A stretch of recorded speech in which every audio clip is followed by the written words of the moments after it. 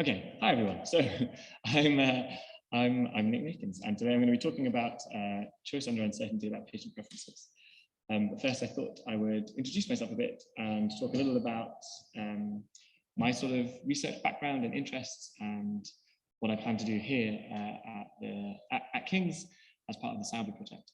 So I'm a lecturer at King's in philosophy as part of the Sowerby project, and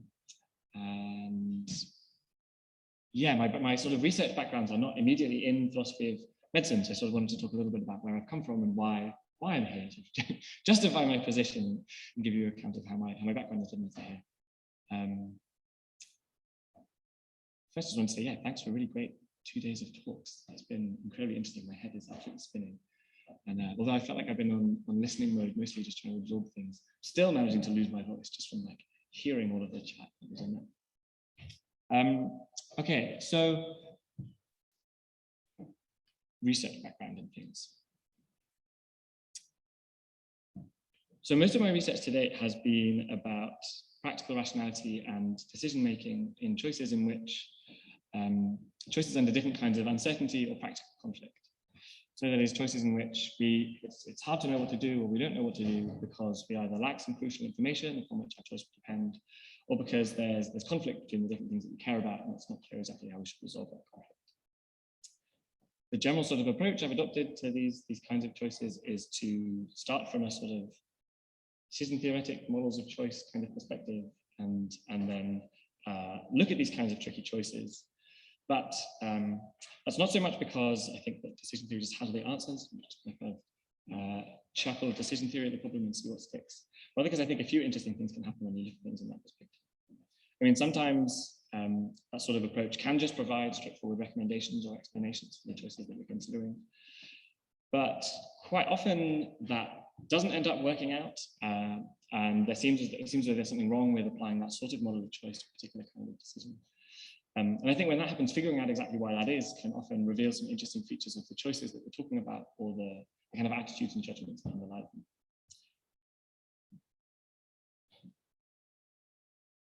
The other thing that I think is interesting about those sorts of choices is not only what it reveals about them, but also what it can tell us about the nature of practical rationality and decision theory itself. So these sort of three ways that I think that approach can be useful will come up again later. I'll sort of talk about some of the upshots of what I'll talk about specifically today. Yeah, so an example of this, and what I worked on in my PhD, which I completed at LSE before this post, was choices under moral uncertainty, or various sort of ways of construing moral doubt. And so in that sort of approach, it's not immediately clear whether our sort of moral uncertainty should be modeled in the same way that we model our other kinds of degrees of belief. And I think that reveals sort of interesting things about our moral attitudes, but also about the nature of practical rationality itself. So you might be wondering, like, why is this kind of practical rationality, decision theory, meta-ethics guy here at a workshop on the intersection of philosophy and medicine? I'm working on the Sowerby project on philosophy and medicine. The answer is that I think choices in a medical context can be particularly interesting and fruitful for this sort of way of thinking. One of the particular features of medical choices that I think makes them interesting in this regard is that very often you have a decision maker who is making the decision on behalf of somebody else. So the decision maker is not the person whose sort of values or preferences are those that matter. But most of our sort of standard accounts of practical rationality and choice are grounded in the preferences and values or ends of the person making the choice. I think there are a ton of reasons why this sort of throws up some interesting problems, but also some sort of sheds some interesting light on various questions. So my hope in this sort of project that I'll be undertaking on the role of uncertainty in clinical medicine will both sort of have this like mutually informative two-way relationship between some parts of sort of practical rationality and decision theory and medical choices themselves. We can sort of shed light on one another.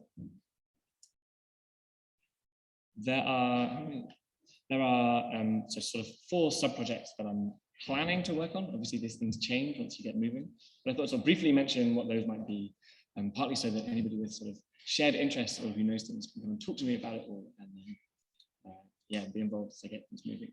So the first one, which I'll be talking more about today, is this, right? So choice under uncertainty about what patients want.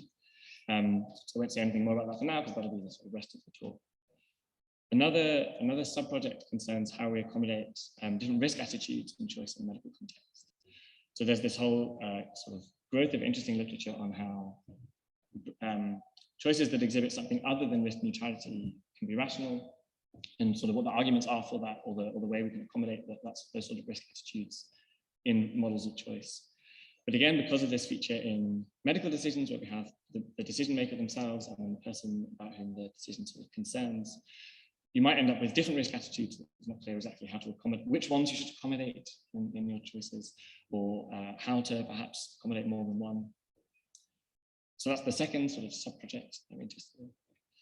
Third one is how, if we're concerned with making choices that are grounded in the values or preferences of patients, that's what doctors at least are interested in doing, then how should we think about that when the values or preferences that might ground that choice are going to change throughout the course of the medical intervention? So there's again, all this literature on transformative choice and transformative experience in the sort of practical rationality literature. But a lot of medical choices seem like really paradigmatic cases that are going to change the values or preferences that are relevant. And so, yeah, it'd be really interesting to think about how that feeds into these choices that are made by clinicians on behalf of patients. And then the last sub-project that is currently sort of on my plan is about trying to draw some links between epistemic injustice and higher order evidence and higher order uncertainty. So if you think about sort of clinical encounter or consultation being a way that the doctor gathers evidence from their patient about what the patient wants and about the state of, sort of health or disease of the patient. But these sort of ideas about epistemic injustice might make one think that that's an unreliable process of evidence gathering in some sense. This observation, we have reason to doubt our means of inquiry or our ways of gathering evidence, and what we should do about that is sort of, again, something that's growing in the literature and an interesting area of study. Have a look at how those two separate areas of literature that seem to have some really close links relate to one another and sort of inform that. Okay, so that's sort of a bit about my background and my research plans and how I've got to where I am now. But I should move on to the actual sort of substantive part of the talk.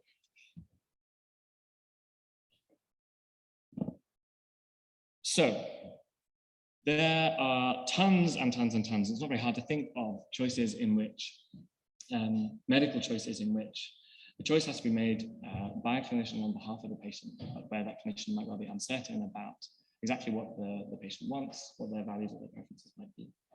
I mean, some easy examples just to get things going. I'm sure it's not very hard to think of your own. Say a patient comes into hospital after a road traffic accident and they're unconscious, they have some serious traumatic injuries, and a ton of decisions are going to need to be made about their treatment. Urgent decisions when the people making those decisions aren't going to know what sorts of values or preferences that individual might not have.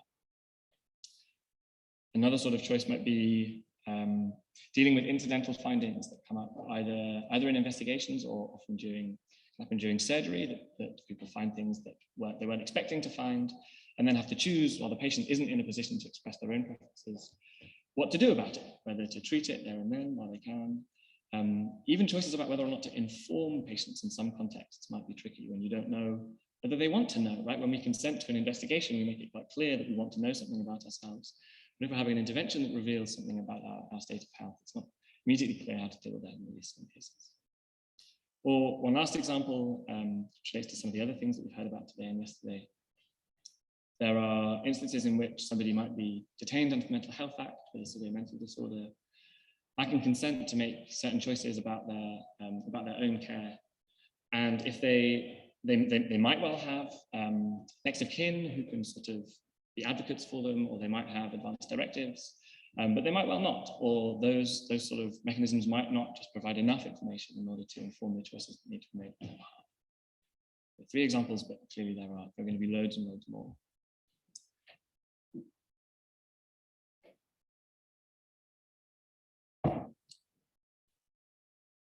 it's also quite clear that these are tricky choices on which there's a ton of literature already that sort of approach them from a lot of different angles. So from sort of the perspective of consent or human rights or sort of capacity and best interest decision making. And what the sort of approach I'm going to take here today isn't supposed to necessarily be in conflict with those alternatives, but rather just sort of provide some further conceptual tools or one way of looking at these decisions that might be sort of informative. So what I found when thinking about this and doing some reading about it, although I should say this is very much work in progress, sort of the early days, is that there's a lot of focus on finding out what patients want. So when making best interest decisions, for example, medical doctors or other decision makers are encouraged or even legally required to consult next of kin, to consider previous choices that the individual concerned has made, and to follow any valid advance directives. And clearly the idea here is to sort of resolve the uncertainty, right? To figure out exactly what it is that the patient wants in order to plan the choices. And that's really important. I'm not suggesting that that's not important. But there are going to be tons of cases in which, even when you are really diligent in trying to find out exactly what patients want, you're still uncertain, and you're going to have to make a choice before you can fully resolve that uncertainty. But it doesn't seem like there's a great deal out there about how that sort of choice should be made. In the Mental Capacity Act, for example, there's the sort of the most detail I could find about how to make choices in this sort of context was something that said that when making best interest decisions, advanced choice documents or advanced directives, a next of kin should be taken into account and given appropriate weight. But like, what that really means is a really open question. Now, again, if anyone knows of things that are slightly more sort of prescriptive or give more information, please tell me, because I'm not yet finding it, but it might well be out there. These are still early days for me. So to start with, I want to think about some possible approaches that you might think, or one might take to these sorts of choices under uncertainty about patient preferences and priorities. Oh, that's the wrong thing. That horrible thing where you have a laptop and a screen and the cursor and the mouse are all wrong. Oh, there's the plan. So the first approach you might come to mind, or you might think is appealing, is something like nothing about me without me. So, medical interventions are sort of interfere with other people, and that perhaps unless you have the explicit consent of a patient or they're actively involved in the decision-making process, then you just can't interfere with them at all. And this sort of might have something going for it when considering the sort of empowerment of patients to be involved in shared decision-making. And it's great when that's possible, but this would sort of suggest that in cases where we just can't know what the patient would want, that we can't do anything. But I mean, for one thing, there are plenty of choices in which it seems really clear that even though the patient is unable to consent, we should offer them treatment and provide treatment. But also, not treating is a choice in itself. So it's not even clear that this view kind of makes sense or is possible. In contexts where a patient isn't available to make a decision or express their own preferences for themselves, we're going to have to make a choice one way or the other. So this doesn't seem like a great contender. Another thing you might think is that you should act on what you know. I'm going to slip into the you. I mean, clinical decision makers, mostly doctors, but probably anybody else who might be acting in that context as well. So the idea here is that perhaps you should, when you know what somebody wants, you can act without their consent if that's sort of required by the clinical scenario. But if you don't know what they want, then you'll have to just fall back on some other, perhaps more sort of objective goal, like preserving life or promoting health and curing disease. So this has sort of a bit more going for it than the original approach, at least now in some cases where the patient is unavailable to make a choice for themselves or to express their preferences actively. You can make choices on their behalf if, for example, you have really decisive evidence of exactly what they want, like information from next of kin or advanced directives, for example.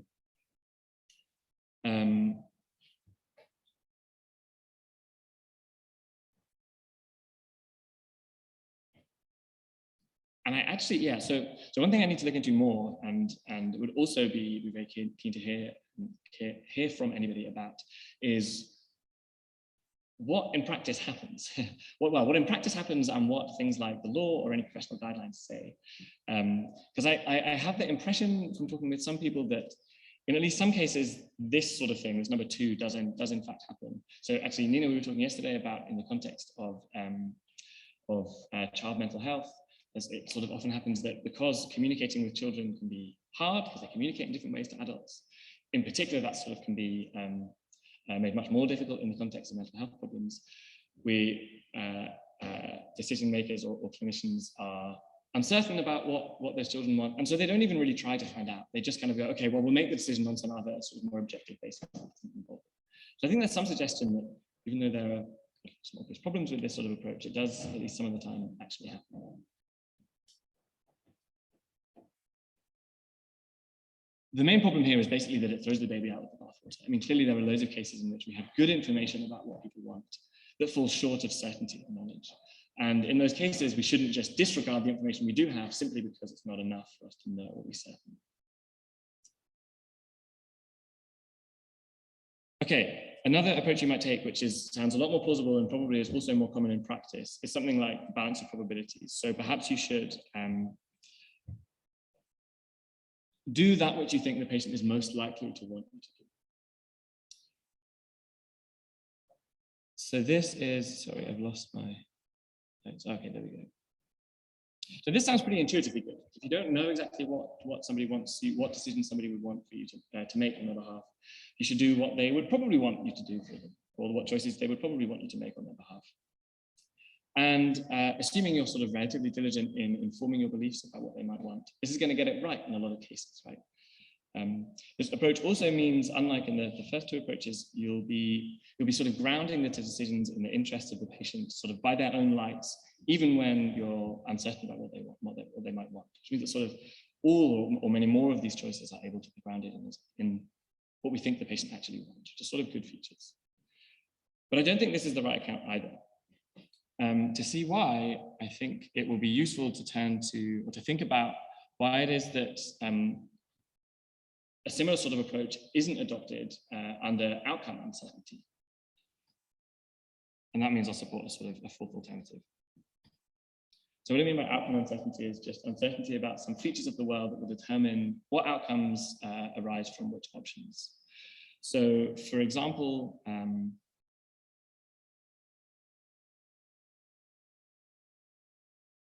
we might have So say a patient comes in who has a severe infection and needs some treatment urgently, but the medical team are uncertain of exactly what their infecting organism is yet. So in this sort of case, there are sort of 2 parts to the response. So clearly you should find out some more information to try and determine which bacterium is the one that's actually causing the disease. But if this person is severely unwell, then that choice, some choice is going to need to be made before that information comes back. And it might well be the case that you have a certain antibiotic prescribed that would be highly effective against one possible bacterium, but ineffective against the other. Another antibiotic that would be ineffective against the first, but highly effective against the second, or some third that isn't going to be as effective as either of the specific antibiotics. But it's going to be sort of moderately effective no matter what, no matter which bacterium causes the infection. So in this case, I think it seems sort of intuitively clear that antibiotic 3 is the best option. I mean, well, I've just put ineffective in there, but in this sort of context, ineffective could mean that the person dies or becomes like severely more unwell. And so it seems as though it would be worth opting for something that is slightly less effective, even if that's not, so it's not the most effective option, so that you rule out this possibility of it being completely ineffective.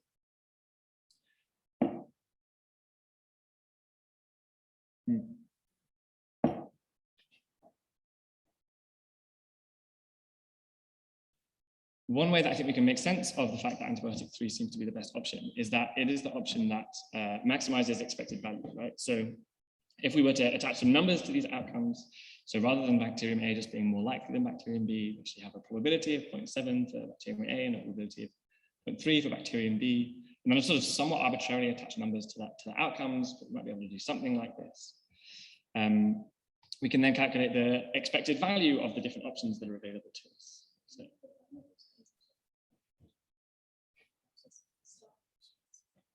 okay. Is that what the green square is? Oh, maybe I chose the wrong share option. Is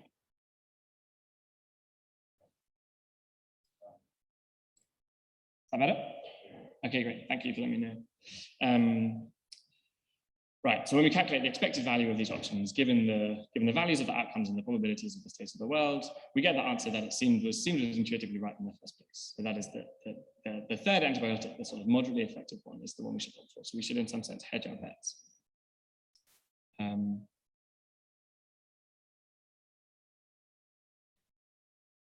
Okay, but it's worth noting here that antibiotic 3 isn't the option that's most likely to be most effective. Right, because the most likely possibility is that bacterium A is the causative agent. And if that's true, then the most effective option is antibiotic 1. In fact, not only that, we can be certain that antibiotic 3 isn't going to be the most effective one. Like either it's bacterium A or it's bacterium B, which means either antibiotic 1 is going to be most effective or antibiotic 2 is going to be most effective. And so antibiotic 3 definitely isn't going to be the most effective. And despite that, that still seems as though it's the option that we should opt for. Now, this isn't sort of groundbreaking or new. In fact, lots of people think this is exactly the way that good reasoners sort of do think about it. And there's plenty of not able to move through the slides. And there's plenty of literature sort of arguing for exactly this sort of thing, or trying to apply this sort of approach to decision making on this kind of outcome uncertainty. But in fact, I also think that something similar might be the right way to go in choices under uncertainty about patient preferences. So to see this, I want to think about an example. I'll confess it's perhaps a bit of a hackneyed example, but I think you can at least make the point clear, right? So by the way, this is a photo from a blood transfusion in 1882, which seems mad.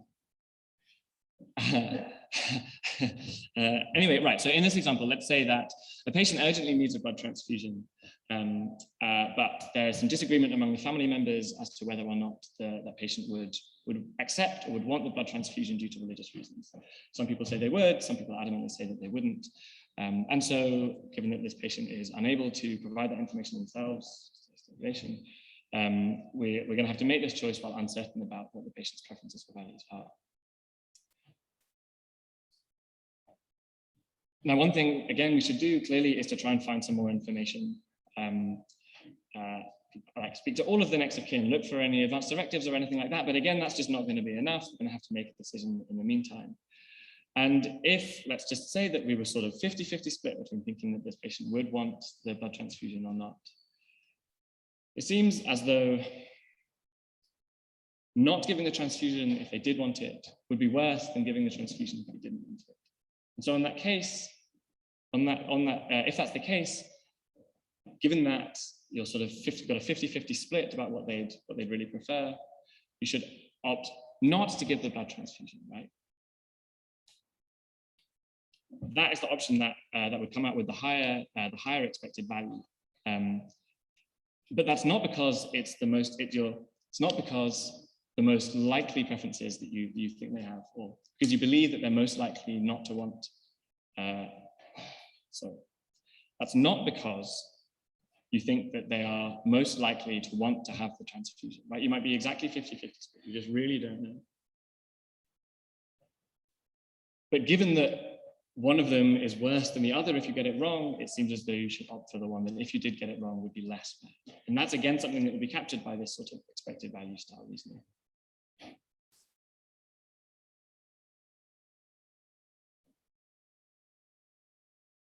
Okay, so a few things to note about this.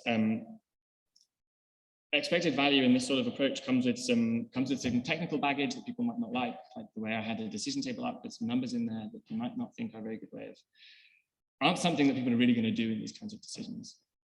But I'm not really too worried about that, because I think the way we should think about this is that this kind of expected value style reasoning can provide some general abstract sort of structural features of the way that we should reason under uncertainty, even if you're not in fact going to write down a load of probabilities and utilities and do some maths.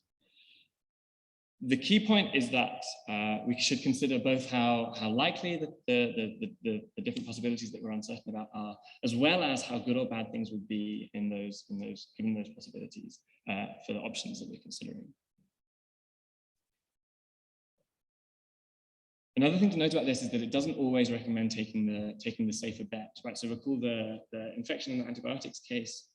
If you were to gain more information to really make the probability that it was one of the bacteria rather than the other much higher, then that would mean you should go for the more specific antibiotic. That's not because once you have more information, you just stop doing expected value style reasoning.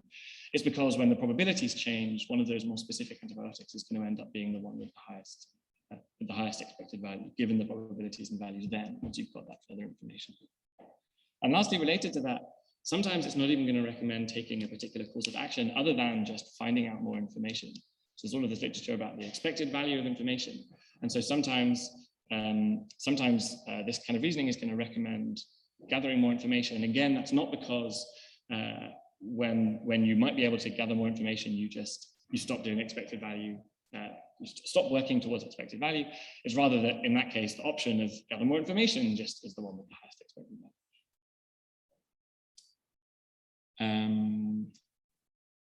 Good. So given that I'm going slightly slower than I expected I would, I'm going to skip over some of the objections because they might be things that you raise in the Q&A anyway, and if not, I'm just happy to talk about these things with people afterwards. I really thought I was going to be under time, but now I'm going much more slowly than I expected. But next, I want to just talk about some of the upshots of this. So there were the problems, but perhaps talk about those later. So one, I mean, given that the sort of choice procedure I've suggested we should adopt, or the sort of way we should think is in line with at least our intuitions in some cases, you might think that it's not really telling us all that much. But even if that's the case, or even in the cases in which it doesn't provide sort of a revisionary suggestion of what we should do, it's at least explanatory, right? And what it can do is tell us exactly how it is that we can combine the sort of probabilities and values in order to arrive at the judgment that some option is the best one that we should pursue, even if it's not the one that's most likely to have the best outcomes. A second kind of upshot is that I do think it's probably revisionary, at least in some cases. This is, as I said earlier, something I need to find out a lot more about. I do think there are some cases in which some of these other sort of approaches to choice under uncertainty about patient preferences are adopted. I need to find out more about it, but I think there are at least some cases in which this is going to suggest something different from actual practice, or might even conflict with some sort of some legal practice or professional guidelines as well. Lastly, I think this has some really interesting implications for theories of rational choice. So there have been some attempts in the sort of practical rationality literature to make sense of various kinds of evaluative uncertainty. So uncertainty not about outcomes, but about the value of the outcomes or the value of the options. But in general, it proves to be really difficult to handle that kind of uncertainty within sort of existing decision theoretic models.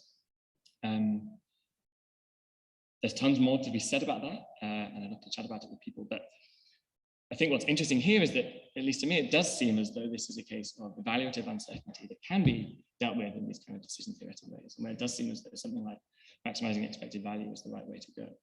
And so that's just interesting from a sort of purely theoretical perspective, that there are some cases of evaluative uncertainty that can be incorporated into these kinds of models of rational choice. Oh yeah, no, that's not the last one. The last one, in fact, is that I think there are some trickier cases in which this kind of approach isn't going to be right. And that'll be, but taking this as a starting point and seeing why it is that those trickier cases aren't suitable for this kind of approach, and reveal something about those choices themselves. So for example, I mean, in some cases, I mean, what I said earlier on is that in these choices, there is some fact of the matter about what the patient would want or would prefer, but we just don't know what it is. But of course, there might actually be some cases in which the person has simply never considered the matter at hand. And so there just is no fact of the matter about what they prefer. It's not just something about which you're uncertain, it's something else. And in those kind of cases, perhaps what you should do is think about what they would want, given some suitable idealizations.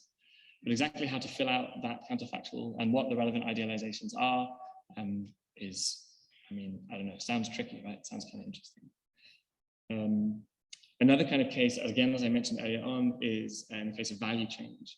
So if the relevant person's values are going to change throughout the course of the intervention, then it's not clear which values at which point along that change are the ones that you should be grounding your decisions in. Yeah, there are a couple of others, but I think I'll stop there as I'm probably already over time. Yeah, okay, so that's it for now. Thanks very much.